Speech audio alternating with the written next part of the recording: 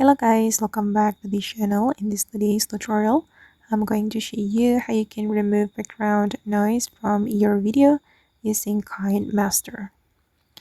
Okay, let's get into it guys. Here I have created a project on my KineMaster application, and before I remove background noise from this video, I'm going to show you the original video. I'm going to play it guys. Hi everyone, we're on the way to the office. Okay, and then I'm going to remove the background noise from this video. If you want to do that, we can click on the video like this until this option appear on our screen, and then we just need to scroll down a little bit until we find the noise remover.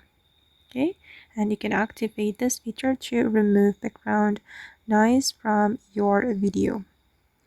Okay, now it's still loading.